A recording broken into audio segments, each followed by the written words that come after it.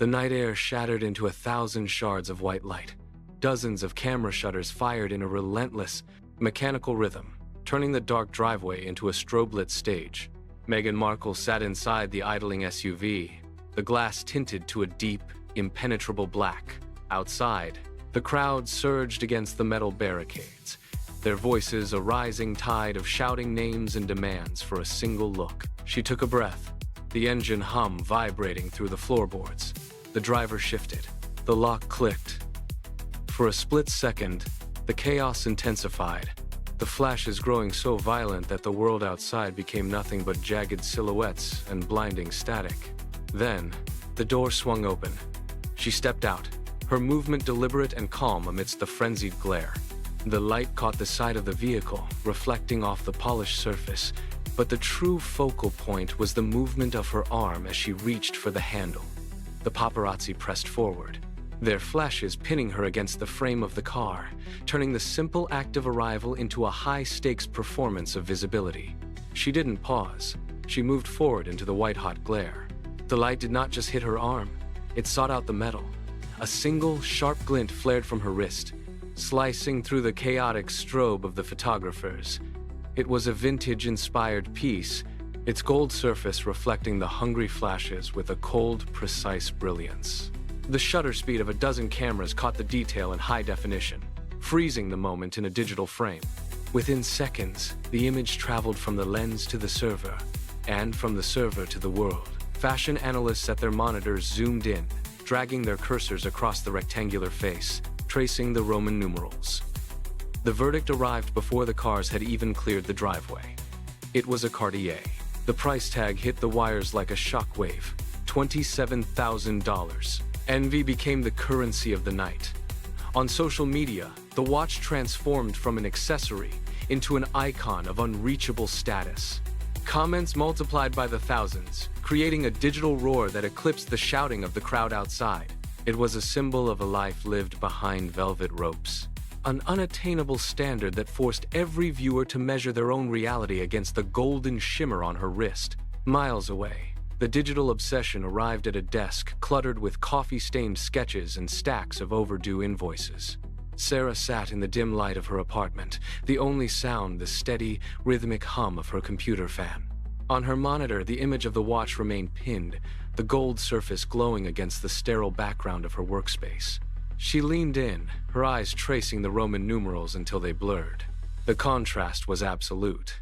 The watch occupied a world of private drivers and velvet ropes, while her desk was a graveyard of unfinished deadlines and discarded notebooks. She clicked the mouse, dragging the cursor to enlarge the image further, desperate to find a flaw in the craftsmanship. There was none. The metal looked dense, heavy, and impossibly smooth. She pushed a pile of papers aside, the friction of the cardboard scratching against the wood, and rested her chin on her hand. The glow from the screen caught the edge of her own bare wrist, making the skin look dull and empty by comparison. She tapped the desk surface with her fingernails, a nervous, repetitive beat that mirrored the ticking of a clock she could not afford. The watch wasn't just an accessory. It was a physical manifestation of everything her current workload failed to provide. Sarah pulled her hand from the screen, the phantom weight of the luxury watch still lingering on her skin. She needed to know. She opened a new tab, her fingers hovering over the keys before typing the login for her bank account. The page loaded with agonizing slowness. She watched the progress bar crawl across the top of the monitor. When the balance finally appeared, she did not look away. $42. The number sat there, blinking in black text against the stark white background of the site. It was a cruel, precise figure. She refreshed the page, hoping for a glitch, a calculation error, anything that might shift the total. The numbers remained locked. $42 for the next 2 weeks of rent, food, and electricity. She looked back at the image of the watch, comparing the $27,000 price tag to the tiny sum in her account. The gap was not just wide, it was a canyon. She felt the cold reality of the room press in. No magic, no hidden savings, no sudden windfall, just the math of a life lived on the edge of a deficit. She leaned back, the chair creaking under her weight, and stared at the ceiling. The silence of the apartment felt heavier now, charged with the realization that the object of her obsession was anchored on the other side of an unreachable financial fortress. The bank portal remained open, but Sarah minimized it with a sharp, dismissive click. She could not change the numbers, so she chose to forget them. Instead, she navigated to a series of niche watch forums, her hands moving with a frantic, renewed energy. The cursor flickered across endless threads of collectors and high-end enthusiasts. She did not look for advice. She looked for an answer to the impossible. 3 hours vanished into the glow of the monitor. The room grew dark as the sun dipped behind the neighboring buildings, but she did not reach for the light switch. Her keyboard clicked rhythmically, a rapid-fire sound that filled the stagnant air. On screen, a dozen tabs remained open, each showing variations of the same rectangular gold watch. She scrolled until her eyes ached, ignoring the blinking notifications of overdue client emails that piled up in the corner of her taskbar. Every project deadline felt distant, irrelevant, and secondary to the hunt. She pushed deeper into the archives of the site, searching for a shortcut, a loophole, or a way to replicate the prestige without the ruinous cost. Her obsession sharpened, narrowing her world down to the pixels on the screen. She was no longer a designer working for a paycheck. She was a seeker of a specific polished illusion. Her eyes burned. The screen was a blur of gold-toned pixels and endless circular arguments about watch movements. Sarah rubbed her palms against her face, the skin dry and tight. She leaned back, staring at the ceiling, ready to shut the laptop and accept defeat. The hunt felt meaningless. She looked down one last time, her mouse hovering over the close button. A thread at the bottom of the page caught her attention. The title was plain, almost humble. The $26 dupe. She hesitated. It sounded like a trap, another cheap bait-and-switch aimed at desperate shoppers. She clicked it anyway. The page loaded, revealing a single, high-contrast image of a gold-plated watch. It had the same rectangular face, the same Roman numerals, and the same elegant proportions as the luxury original. She leaned in, her nose inches from the glass. It was not a fake in the sense of a forgery. It was a stylistic echo, a mass-produced shadow of the real thing. The price appeared in bold green text, $26. The number seemed to vibrate on the screen. It was not just an affordable price, it was an invitation. She felt a sudden, sharp thrill replace her exhaustion. The gap, that massive, unreachable fortress, had just cracked open. Sarah scrolled down, past the product description, straight to the review section. It was a digital sea of 5-star icons. She clicked the first one. A user from Ohio had posted a photo of the watch under warm indoor lighting. It looked heavy, substantial, and remarkably authentic. Sarah zoomed in, her finger tracing the outline of the Roman numerals on her monitor. She read the comments, one by one. "Looks expensive," one person wrote. "Nobody could tell the difference," another claimed. The consensus was overwhelming. She felt the seductive pull of the validation. Each positive review acted as a brick, sealing the cracks in her own doubt. She clicked through dozens of customer uploads. Some showed the watch against a coffee cup, others on a steering wheel, all capturing that same polished, royal aesthetic. The sheer volume of satisfied buyers turned the product from a questionable purchase into an undeniable opportunity. She felt her pulse quicken. The $26 price point didn't seem like a compromise anymore. It felt like a shortcut to a better version of herself. She ignored the warnings about shipping times and material durability, focusing only on the chorus of praise. The allure of the imitation was complete. She reached for her wallet, the plastic card cool against her fingertips, and prepared to finalize the transaction. Sarah pulled her hand away from the mouse. The screen glowed, mocking her with its promise of instant elegance. She opened a new tab and logged into her bank portal. The number stared back in bold. Black digits, $42. She blinked, then refreshed the page, hoping for a mistake. The number remained unchanged. Reality rushed back in, cold and sharp. That $26 watch was more than half of her remaining balance. It was her groceries for the week. It was the electricity bill buffer. She looked back at the watch image, then down at her keyboard. Her fingers drummed against the plastic, a nervous, rhythmic tapping. She thought about her rent, her mounting deadlines, and the freelance payments that were still weeks away. The vanity of the purchase felt heavy, a sudden weight in her chest. She stood up, paced the length of her small room, and tried to justify the expense as an investment in her professional image. But the logic felt thin. Every time she sat back down, the cursor blinked a steady, demanding pulse. She was balancing her survival against a golden shadow of luxury. The silence of the apartment amplified her heartbeat. She was one click away from a choice she couldn't afford to regret. The cursor sat motionless on the screen, a tiny white arrow pointing directly at the orange button. Sarah felt a cold sweat prickling at her hairline. Outside, the city hummed, indifferent to the math playing out in her head. If she clicked, she would be down to $16. The rent due date felt like a physical wall moving closer with every passing second of her indecision. She reached for the power button to shut the monitor down, but her hand stalled midair. The image of the watch remained, glowing, pristine, and entirely out of reach. She leaned in, her forehead almost touching the glass, staring at the digital reflection of a life she couldn't afford. The silence in the apartment intensified, thick and suffocating. Her breathing grew shallow.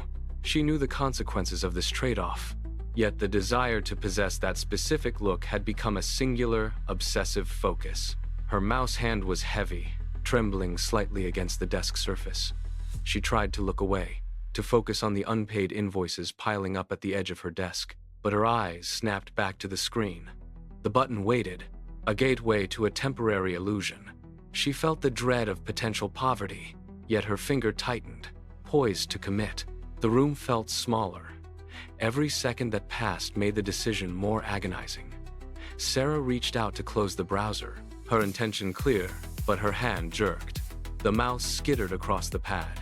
Instead of hitting the close icon, she refreshed the page. The screen flickered, reloading the product image, the price, and the glowing checkout button.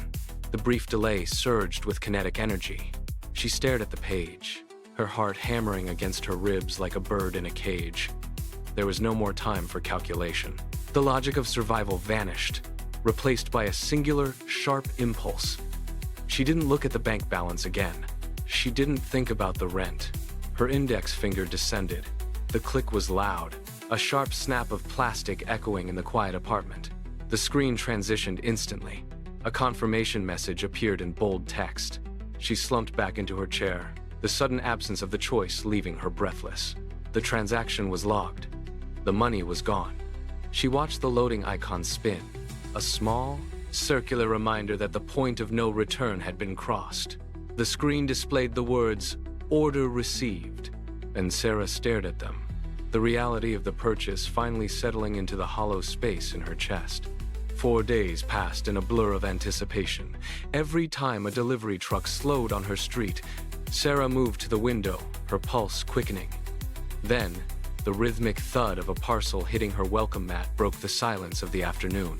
She reached the door in 2 strides, fingers fumbling with the lock. A small brown cardboard box sat on the floor, taped shut with heavy-duty plastic.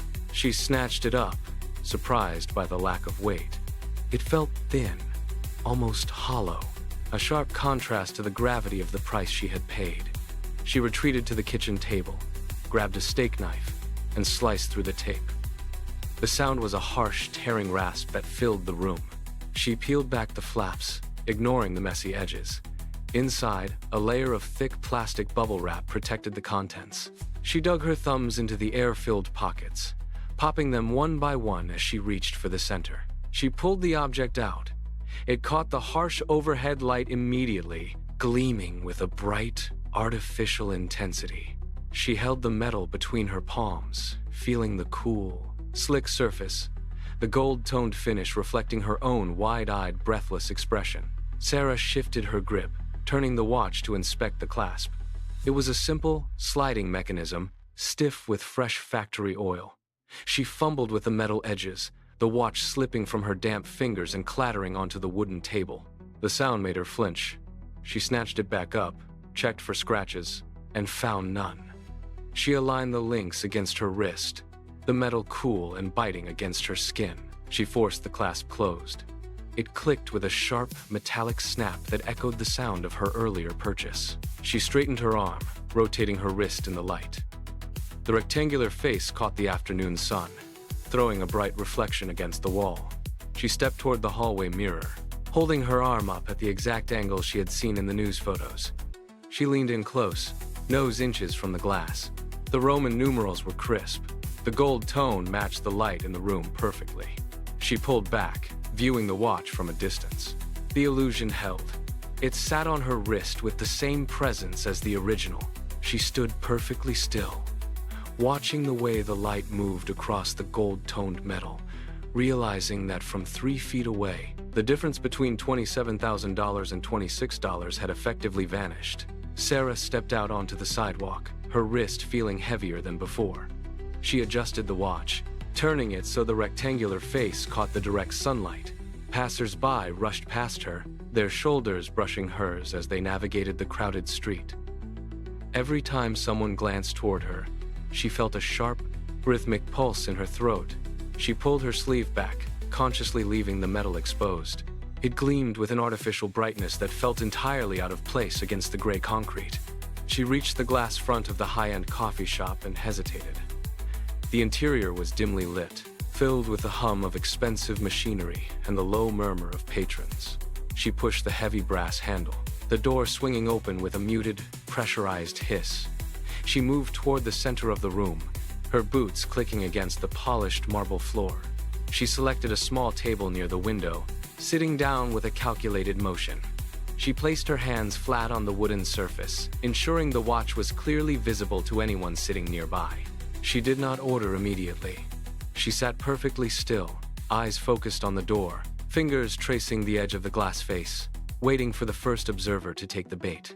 The ambient noise of the shop seemed to compress into a low, steady hum.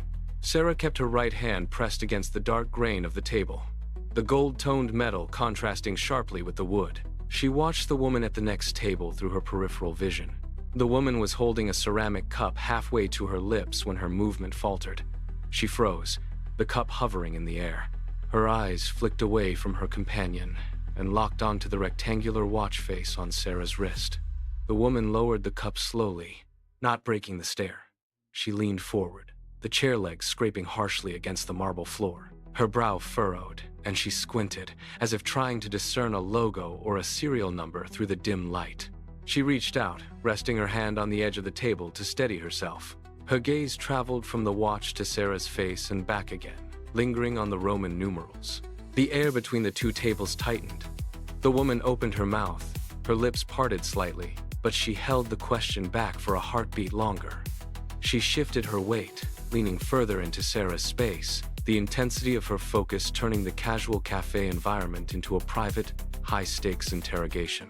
The woman moved until her face was barely 2 feet from Sarah's own. She did not blink. Her eyes remained anchored to the gold-toned metal, scanning the Roman numerals with an intensity that made the surrounding cafe noise vanish. Sarah kept her hand perfectly still, though she felt the sudden heat rising in her chest. She held her breath, waiting for the inevitable challenge. The woman reached out a finger, hovering it just millimeters above the watch, but she did not touch the surface. She let out a sharp, audible exhale. Her voice dropped to a conspiratorial whisper, cutting through the ambient clatter of dishes. "Is that the Meghan watch?" The question hit the table like a physical weight.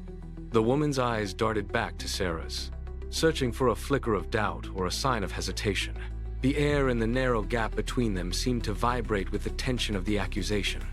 Sarah felt the pulse hammering against her inner wrist, right beneath the clasp of the replica.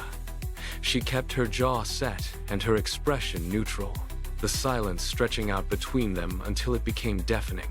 Every other conversation in the shop seemed to fade into a background blur, leaving only the two of them locked in the gravity of the query.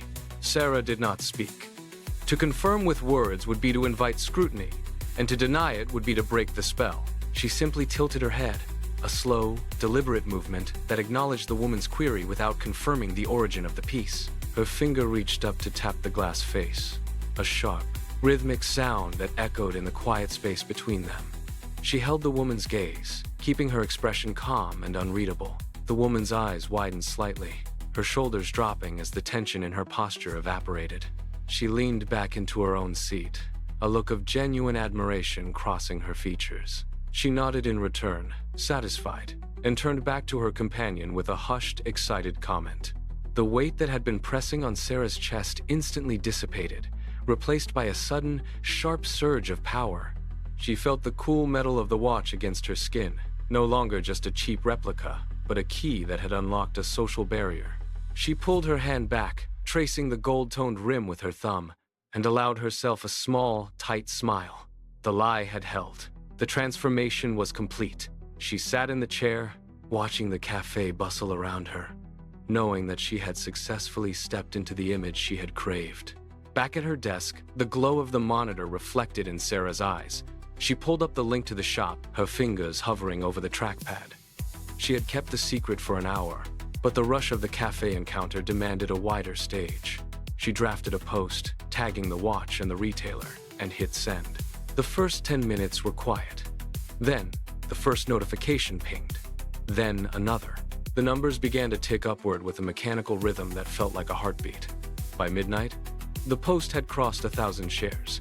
Sarah sat in the dark, watching the screen flicker as the comments flooded in. Users were posting their own screenshots, their own orders, and their own questions about the fit and finish. The algorithm caught the momentum, pushing the content to the top of the feed. By the time the sun began to bleed into the sky, the trend had officially arrived. Sarah refreshed her phone. Her inbox was a wall of red notification bubbles. She leaned back, the gold-toned watch catching the morning light as she scrolled through a sea of identical links. The digital wave was no longer hers to control. It had become a collective movement of thousands, all seeking the same reflection in the glass. In the sterile boardrooms of high-end fashion houses, the silence was absolute. Analysts stared at spreadsheets where the numbers no longer tracked with traditional consumer behavior.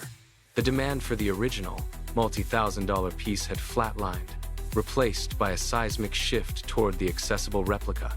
They monitored the keywords, the search volumes, and the viral spikes, but they had no response. The market was being dismantled by a collective decision to reject exclusivity. On the factory floors of fast fashion retailers, production lines accelerated to meet the insatiable hunger of the new demographic. Machines whirred, stamping out thousands of gold-toned casings every hour. The luxury executives watched the data streams, paralyzed by the realization that their legacy status meant nothing against a viral price point. The prestige barrier had been breached, not by a competitor, but by the sheer volume of 1,000 individual choices. It was a silent, systematic erosion of brand dominance. Every new order placed by a user across the globe served as a vote against the old guard. The industry had spent decades cultivating scarcity, but now, abundance was the currency that mattered. The power dynamic had shifted, leaving the traditional market to observe its own decline in real time. Sarah held her phone, the screen warmth pulsing against her palm.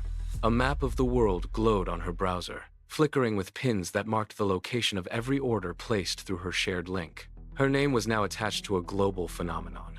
She scrolled through a feed where thousands of strangers were debating the exact same watch she had bought on a whim. Then, a major influencer tagged her original post. The numbers spiked again, jumping by the second. She tapped the screen, watching the comment thread grow into a sprawling conversation about accessibility and style. Sarah stood up, walked to the mirror, and caught her own reflection. She looked the same, yet the weight of the moment felt different. She was no longer just a freelancer staring at an empty bank account. She was the architect of a movement that had forced an entire industry to recalibrate. She checked her inbox. Partnerships, interviews, and questions flooded in. She tapped the glass of her watch, the gold-toned surface catching the light, and felt the shift in her own posture. The barrier she once thought was a wall had become a doorway. She had not just bought a look, she had claimed a seat at the table of influence. Sarah looked down at her wrist one last time. The gold-toned metal caught the afternoon sunlight, casting a sharp, bright reflection against the wall. She remembered the initial sting of the price tag, the feeling of looking at a fortress she could not scale. Now, that same object felt light, almost weightless. She unclasped it, felt the cool surface against her skin, and realized the power was never in the material, nor the brand, nor the thousands of dollars the original cost. It was in the choice to participate. She placed the watch on her desk. It sat there, a simple, mass-produced item that had done more to change her perspective than any luxury piece ever could. The obsession with the unattainable had dissolved into a quiet, steady confidence. She closed her laptop, ignoring the ping of new notifications. She did not need to prove the value of the watch to anyone, not even to herself. The mystery of the look was gone, replaced by the reality of her own agency. Style was not a gate kept by price tags or status symbols. It was a language she now spoke with absolute fluency. She stood up, took a breath, and left the room. The trend would continue without her, but for the first time, she was no longer chasing the reflection of someone else's life.